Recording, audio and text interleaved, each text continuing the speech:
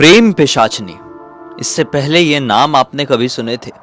मुझे नहीं लगता, क्योंकि एक ऐसी शैतानी शक्ति का नाम है जो प्रेम के चक्कर में आपके पास आती है।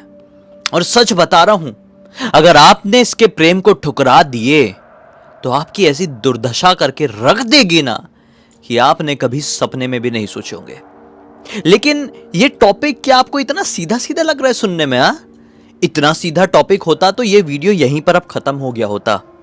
लेकिन क्या शैतानी शक्तियां इतनी नॉर्मल, इतनी सीधी सीधी चाल चलती है? नहीं, सोच से भी परे इन लोगों के जाल होते हैं, इनकी घटनाएं होती है। एक ऐसी ही खतरनाक भूतिया घटना मुंबई में रहने वाले अनिल नाम के लड़के के साथ प्रेम पिशाचनी की वजह से घटी।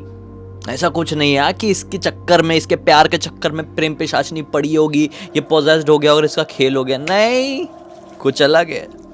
मैं तो खाली इंट्रोडक्शन उसका दिया था। प्रेम पिशाचनी का कहानी की तरफ आगे बढ़ते हैं, तैयार हो जाओ कुछ बहुत खौफनाक सुनने के लिए। तो अनिल नाम का ये लड़का सन 2019 के टाइम पे क्लास 12th में पढ़ता था और मुंबई के वर्सोवा इलाके में रहता था। वर्सोवा में ही इसका स्कूल था। ये बचपन से ही ये मोटा चश्मा लगा के घूमता था। बेचारे की आंखें बहुत कमजोर थी बचपन से, इसलिए उसको उसके घर वालों ने अच्छा मोटा वाला चश्मा लगवा के दिए थे। सीन ये था कि इसका ऑपरेशन होता ना तो ठीक हो जाता, मतलब वो नंबर ठीक करने वाला ऑपरेशन होता है ना आंखों वाला, वो ठीक हो गया रहता।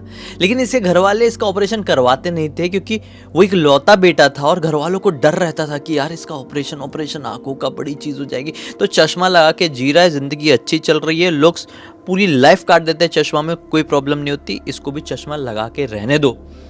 लेकिन अनिल जो बचपन से चश्मा लगाकर रहता था, उसको अपने मुंबई के हाई लेवल स्कूल में काफी ज्यादा वो बुलीनेस का सामना करना पड़ता था।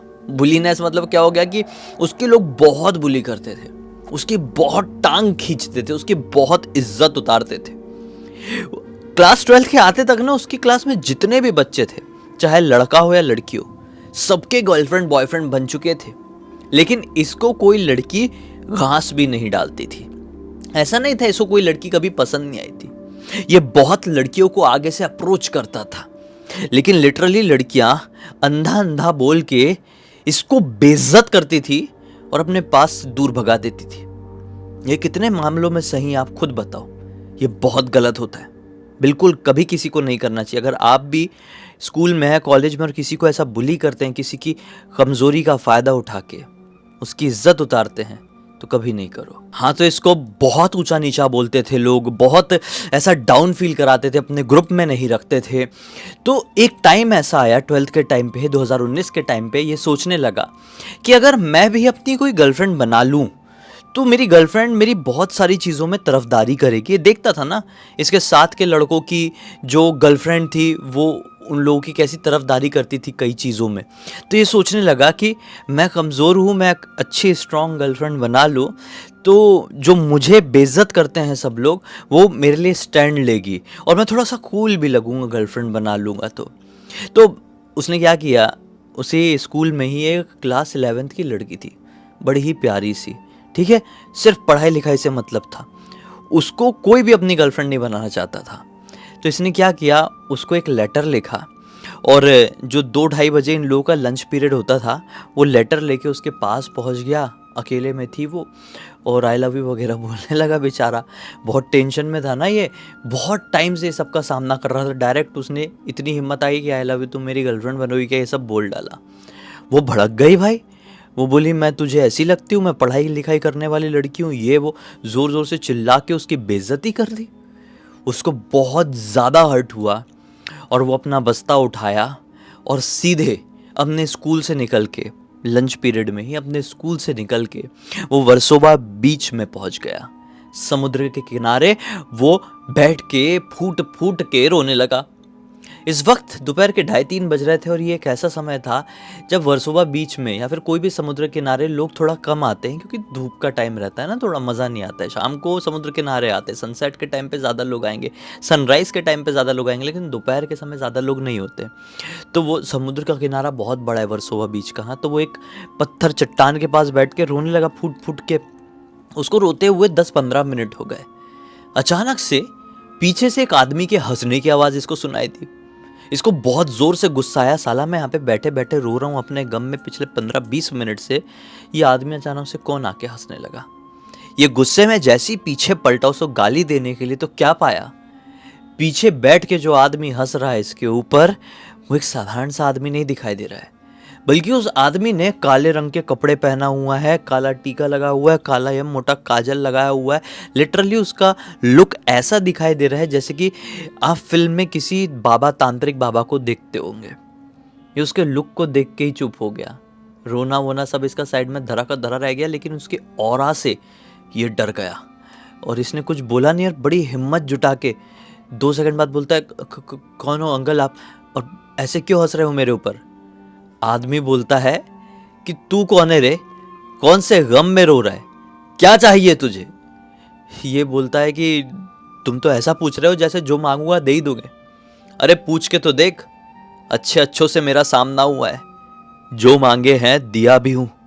जिंदगी उसके बाद उन लोगों की बदल गई है, ऐसी बदली है कि आज पूरी दुनिया में लोग उनको जानते हैं। आज तेरे सामने आया हूं, बता क्या चाहिए। ये बोलता है, अच्छा अगर ऐसी बात है तो मुझे एक लड़की दिलवा दो। फिर वो आदमी जोर जोर से हंसने लगा। अरे तुम्हारे जैसे बहुत देखा हूं मैंने, नशे पत्ती करके आ जाते हो, दिमाग खराब, ऐसा बैग उठा के ऐसा बोल के वो अपना जाने लगा था दूसरे रास्ते कि आदमी फिर अपनी जगह से उठता है, कहता है कि बस एक लड़की ही चाहिए, क्या करेगा लड़की के साथ। ये बोलता है, गर्लफ्रेंड बनाऊंगा और क्या करूंगा, मेरी क्लास में सबके पास गर्लफ्रेंड है, सब मेरी बेइज्जती करते हैं बचपन से, एक सबसे सुंदर लड़की मिल जाएगी तो सबकी उतार के रख दूंगा मैं, बताओ दे सकते हो तो दो, दुनिया की सबसे सुंदर लड़की मुझे चाहिए। ये बोलता है कि ठीक है। आदमी इसके पास आके बोलता है, ठीक है अगर तुझे सिर्फ इतना ही चाहिए तो कल रात में ठीक 12 बजे इस पते पे पहुंच जाना। वो आदमी, वो बाबा इसके हाथ में एक चिट्ठी पकड़ाता है और हंसते हंसते, वैसे ही अलग से ही हंस रहा था भाई वो, जैसे कि फिल्मों में देखी होगा ना आपने ऐसे हंसते ना राक्षस लोग, वैसा वैसा हंस रहा था और वो चले गया और ये देखता ही रह गया। अब वो आदमी ऐसे गया है ना, ये सब जो सीन इसके साथ हुआ है ना, ये हाथ में चिट्ठी को देख के ये सोचने लगा, ये कोई फिल्मी सीन हुआ है क्या मेरे साथ। मतलब मैंने बचपन में बहुत सारी फिल्में ऐसी देखा हुआ हूँ साला, कोई लड़का अपनी ज़िंदगी से पूरा हताश रहता है, फिर उसकी लाइफ में कुछ तो भी चमत्कार हो जाता है, भगवान का भेजा हुआ चमत्कार। तो मेरी लाइफ क्या बहुत खतरनाक तरीके से बदलने वाली है क्या, मैं भी बहुत अमीर और बहुत किस्मत वाला बन जाऊंगा। चिट्ठी खोल के देखता हूँ कहाँ पे बुलाया है इस बाबा ने मुझे। जैसे चिट्ठी खोला, क्या देखता है, वो एड्रेस एक शमशान घाट के पीछे का था और जहाँ पर ये रहता है वहाँ से 28 किलोमीटर दूर था। इसने सोचा क्या सीन है यार, शमशान घाट के पास ये बाबा ने मुझे क्यों बुलाया। मैं अपने बेस्ट फ्रेंड राहुल को फ़ोन करता हूँ और उसको सारी बात बताता हूँ। राहुल इसका बेस्ट फ्रेंड तो था, लेकिन वो भी इसकी पोपट करते रहता था समय समय पर, नाम का बेस्ट फ्रेंड था, ठीक है। तो ये फ़ोन लगाने ही लगा उसको, लेकिन फिर दिमाग में आया कि नहीं यार साला रुक जाता हूँ, अकेले ही जाके देखता हूँ, क्या भरोसा बाबा सचमुच में मुझे इतना कुछ दे दे कि दुनिया देखती रह जाए, अकेले ही जाऊँगा, हाँ मेरी लाइफ चेंज होने वाली है। ऐसा बोल के, ऐसा सोच के ये घर चले गया, बहुत खुश था। और ये रात कट गई। अगले दिन ये स्कूल में गया और स्कूल में बड़ा खुश था। कोई इसकी पोपट करने की सोच भी रहा है, इसकी मैंने मतलब पुंगी बजाने की सोच भी रहा है ना, तो इसको कुछ फ़र्क नहीं पड़ रहा है। ये दिन भर स्कूल में रहा और रात में 12 बजे का इंतज़ार करने लगा। रात के ठीक 12 बजे अपने घर वालों से कहता है कि हमें एक असाइनमेंट मिला है बहुत इंपॉर्टेंट, मैं राहुल के घर पढ़ाई करने के लिए जा रहा हूँ, असाइनमेंट कंप्लीट करने के लिए जा रहा हूँ, आप लोग टेंशन मत लेना, सुबह सुबह या लेट नाइट में मैं आ जाऊँगा। घर वालों ने बोले कि ठीक है भाई असाइनमेंट है, जा। ये निकला और सीधे गाड़ी वाड़ी बुक किया, ओला वाला जो भी किया होगा, और पहुँच गया उस पर्टिकुलर लोकेशन में। शमशान घाट आया, बड़ी हिम्मत से उस शमशान घाट को क्रॉस किया। एकदम आउटर वाली लोकेशन थी, सिटी एरिया नहीं है। दूर दराज तक कोई गाड़ी वाड़ी की आवाज़ भी सुनाई नहीं दे रही है, रोशनी वोशनी भी ढंग से दिखाई नहीं दे रही है। ये पहुंच गया उस शमशान घाट को क्रॉस करके जहां बाबा ने बताया था। उस पॉइंट में एक पेड़ था। पेड़ के नीचे वो बाबा बैठा हुआ था। कैसी हालत में बताऊं, बिना कपड़ों के। बाबा ने सामने कंकाल रखा हुआ था, एक खोपड़ी रखा हुआ था। उसके ऊपर काले रंग का कुछ टीका वीका भी लगाया हुआ था और बाबा आंख बंद करके कुछ तो भी पढ़ रहा था। बाबा के ऐसे हुलिये को देखकर जितनी एक्साइटमेंट थी ना कल से लेकर अभी तक की, सब साइड में धरी की धरी रह गई और ऐसी loop loop loop loop loop loop जान होने लगी। बोला कि ये मैं कहाँ आ गया हूँ, ये बाबा क्या कर रहा है, कुछ भूत प्रेत का तो लफड़ा नहीं हो जाएगा मेरे साथ, ब्लैक मैजिक वाला सीन शॉट तो नहीं है भाई, लौट जाता हूँ। ऐसा बोल के जैसे ही वो घूमा है, लौटने को हुआ, बाबा ने जोर से चिल्लाया, आ गया है तो ऐसे ही लौट के जाएगा क्या, इधर आ, जो चाहिए वो दूंगा, बोला था ना, चल चुपचाप से आ जा। अब ये हिम्मत जुटा के अपने कदम वापस से बाबा की तरफ मोड़ देता है। बाबा की आंखें अभी भी बंद है। अनिल बाबा को देख के सोचता है कि साला बाबा तो आंख बंद किए किए सब कुछ देख पा रहे, यानी बाबा सचमुच में पावरफुल है क्या। आज बहुत खूबसूरत लड़की दिलवाएंगे क्या, मेरी गर्लफ्रेंड बन जाएगी क्या आज रात में, ऐसा सोच ही रहा है। बाबा बोल रहे हैं कि कितना सोचता है रे, जैसी अवस्था में मैं बैठा हूं वैसा तू भी हो जा, उतार दे सारे कपड़े, बैठ जा यहाँ पे, और फिर जो जो बोलूंगा सब वही वही करना, जो चाहिए तुझे आज रात जरूर मिल जाएगा। ये बोलता है कि ठीक है।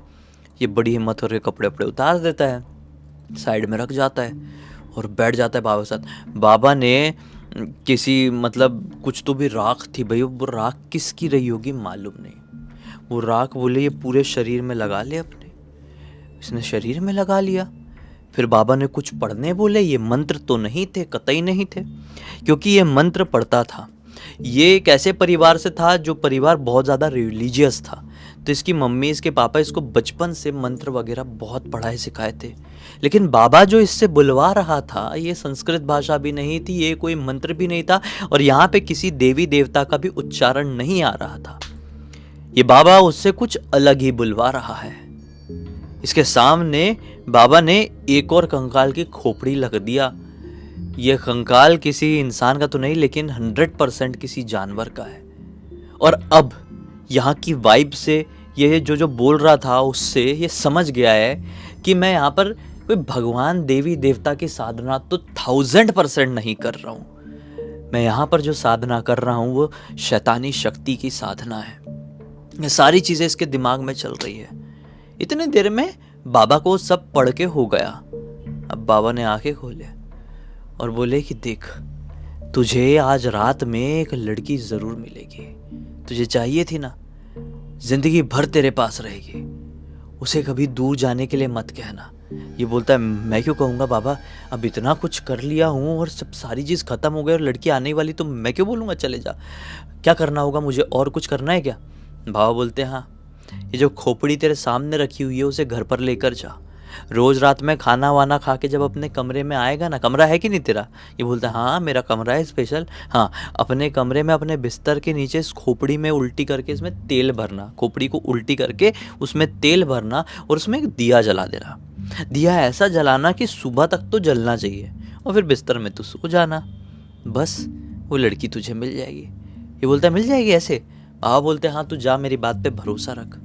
ये खोपड़ी लेके आ गया, कपड़े वपड़े पहना, बड़ा खुश हुआ यार, बोला कि अरे बड़ा इजी टास्क था, मैं फालतू ही डर रहा था, कुछ प्रॉब्लम हुई नहीं, कुछ फील हुआ नहीं, खाली खोपड़ी में तेल डाल के जलाना है खोपड़ी में दीपक जैसा और सो जाना है बिस्तर में, लड़की मिल जाएगी, टेंशन खत्म। ये घर पर आ गया भाई, खोपड़ी में उसने तेल भरा, जला दिया उसमें दीपक जैसा और पलंग के नीचे रख दिया और सो गया।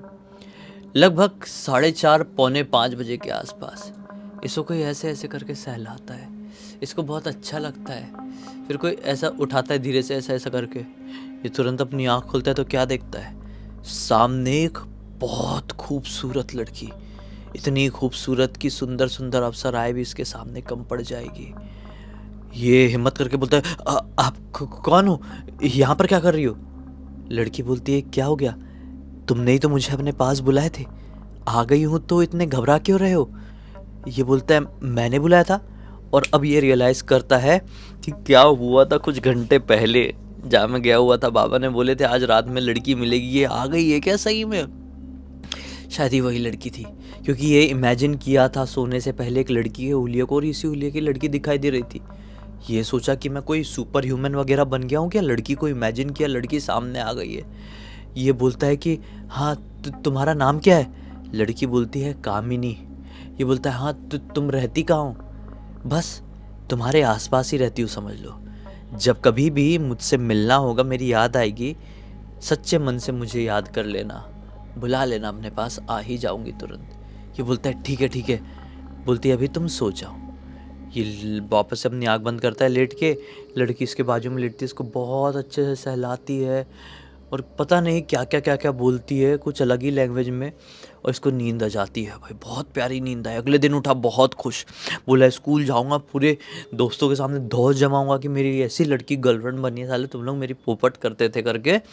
ऐसे बोल के अपने स्कूल में गया और अपने 3 बेस्ट फ्रेंड, जो एक राहुल था और 2 दूसरे थे, उन लोगों को बताया सारी बात। तो फिर इसके ऊपर सब हंसने गया, भाई तेरी क्या गर्लफ्रेंड बनेगी, क्या फालतू बातें कर रहा है, हो ही नहीं सकता, इतनी सुंदर गर्लफ्रेंड तुझे मिले। मतलब इसने ऐसा नहीं बताया कि मैंने बाबा के पास गया था, ऐसा वैसा किया था, ये किया था, वो किया था, तो लड़की आ गई। इसने कुछ भी ऐसी वाली चीज़ नहीं बताया। इसने खाली ये बताया कि मैं वर्सोवा बीच में था, एक लड़की से मिला था, कामिनी नाम है, बड़ी सुंदर है, मेरी गर्लफ्रेंड बन चुकी है। इसने ऐसा बताया। तो इसके ऊपर कोई विश्वास नहीं कर रहा था, क्योंकि इसने उसको बचपन से देखे थे इसके दोस्तों ने। ये बोलता अच्छा ऐसी बात है, तो मैं तुम लोगों से मिला देता हूँ अपनी गर्लफ्रेंड को। ये बोलते ठीक है, बता कहाँ रहती है। बोलता है कि मैं बात करता हूँ ना उससे, फिर मैं बताऊँगा कि कहाँ मिलना है कैसा। और ये अपने घर पर आ गया।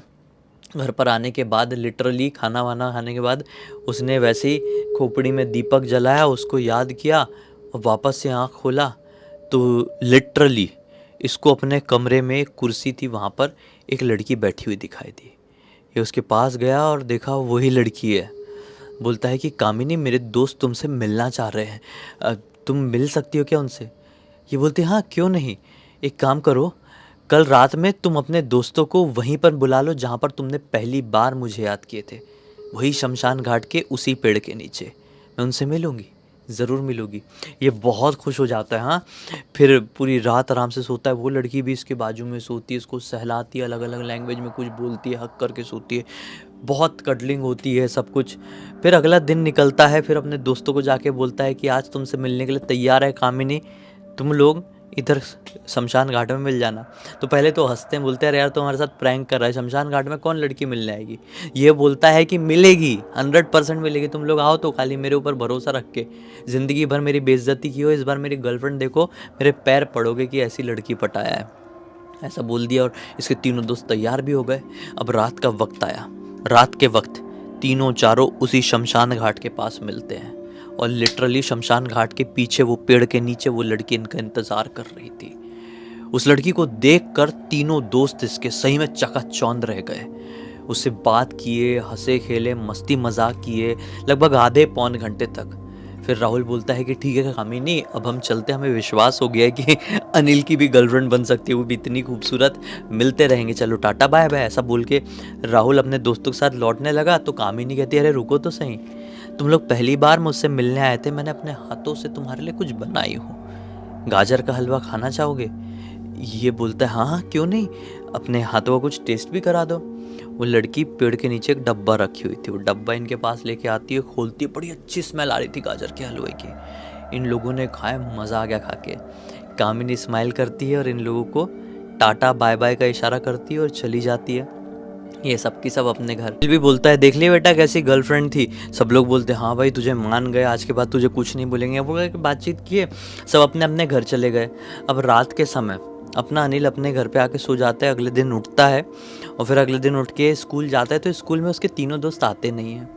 ये सोचता है चलो कोई बात नहीं, रात में लेट पहुँचे होंगे, थक हार गए होंगे, इसलिए स्कूल नहीं आए। अगले दिन फिर स्कूल नहीं आए। 3 दिन हो गए, 4 दिन हो गए, 5 दिन हो गए। हर रात ये कामिनी से मिल रहा था लेकिन अपने दोस्तों से नहीं मिल पा रहा था। अपने दोस्तों को कामिनी से अलग अलग मुलाकात के इसको किस्से सुनाना था, लेकिन इसके दोस्त स्कूल नहीं आ रहे थे। इसने सोचा क्या प्रॉब्लम है यार, घर जाके देखता हूँ राहुल के भला। राहुल के घर जाता है तो राहुल के घर पे ताला। ये सोचता है कि राहुल कहाँ चले गया। राहुल के मोबाइल में फ़ोन करता है, मोबाइल स्विच ऑफ। बाजू वाले अंकल का दरवाज़ा खटखटाता है। अंकल बोलते हैं अरे बेटा राहुल की एक दिन तबीयत बहुत ख़राब हो गई थी तो उसे एक हॉस्पिटल में लेकर गए हैं उसके मम्मी पापा सब लोग, तो तुम उसके पापा के नंबर पे कॉल कर लो, ये लो उसके पापा का नंबर। अब अनिल राहुल के पापा के नंबर में फ़ोन लगाता है तो उसके पापा बोलते हैं कि हम इस हॉस्पिटल में, बेटा जल्दी आ जाओ।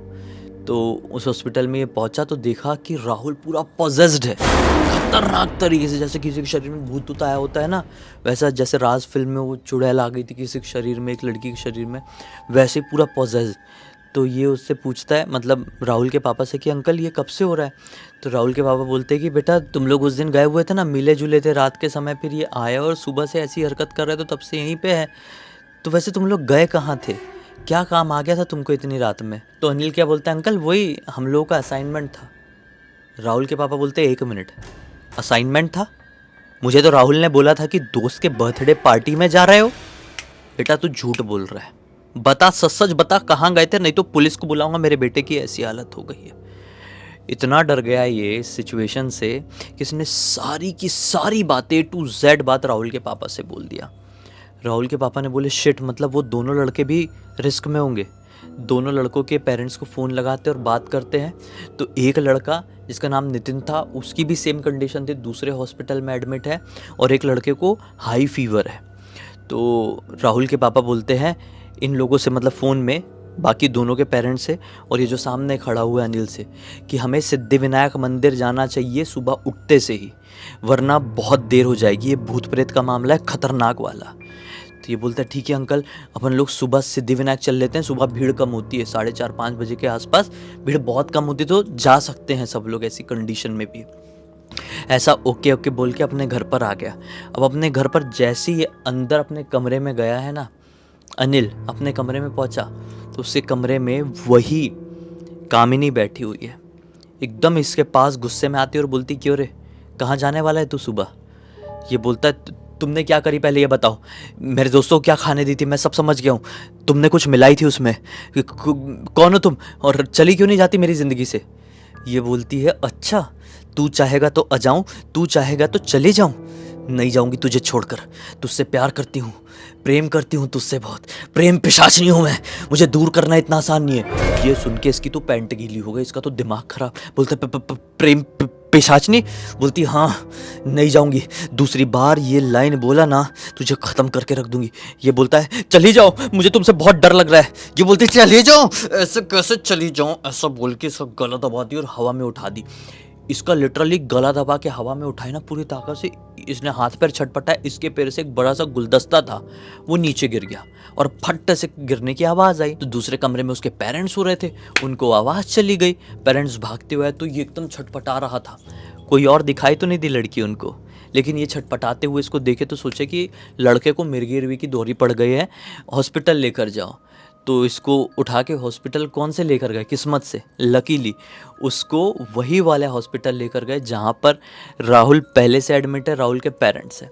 राहुल के पापा ने देख लिया कि अनिल की भी वैसे ही हालत दिख रही है भाई, जैसी राहुल की हालत इतने दिनों से है, उसके घर वाले लेकर आ रहे हैं उसको। तो तुरंत ही राहुल के पापा ने रोक लिए, बोले ये तबीयत ख़राब नहीं हो रही है इसकी, ये मत समझो भूत प्रेत का लफड़ा है, ये लड़के बहुत गलत कांड करके आए हैं, हमें सिद्धिविनायक जाना पड़ेगा। अनिल के पापा को तो कुछ पता ही नहीं है। अब राहुल के पापा ने अनिल के पापा को पूरी बात बताई कि तुम्हारे लड़के ने ऐसा ऐसा कांड किया है कोई तांत्रिक बाबा के चक्कर में, जिसके कारण सब फंस गए हैं।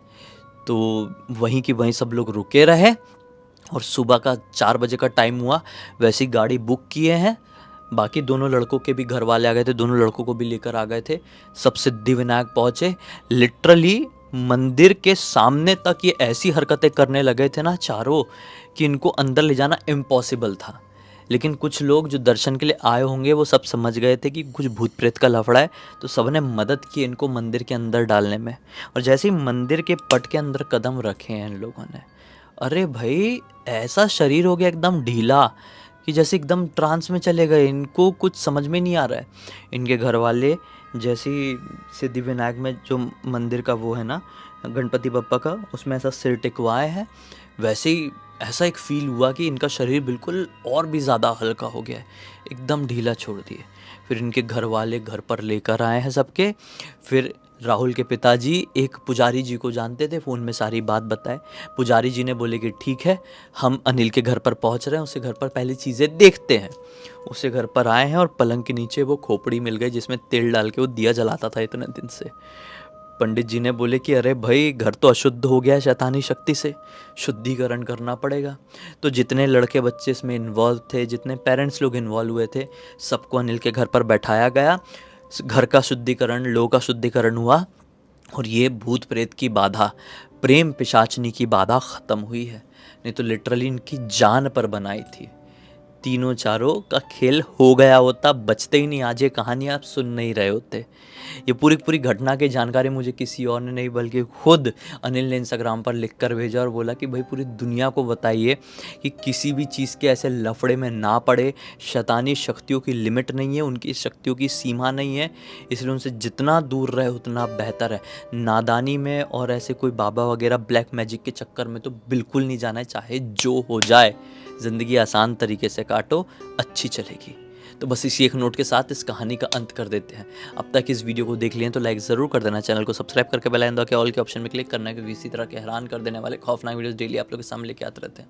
इंस्टाग्राम की लिंक इस वीडियो के डिस्क्रिप्शन बॉक्स में मिल जाए, क्लिक करके डायरेक्टली वहाँ पर पहुँच जाना। और इसी तरह की कोई भी कहानी, टॉपिक या जानकारी आप लोग के पास भी है तो लिख भेजना। हो सकता है हमारा अगला वीडियो कल आपके हिसाब से ही बन रहा हो। तो चलिए कल फिर से मिलते हैं, तब तक के लिए बहुत बहुत धन्यवाद। आपका दिन शुभ हो।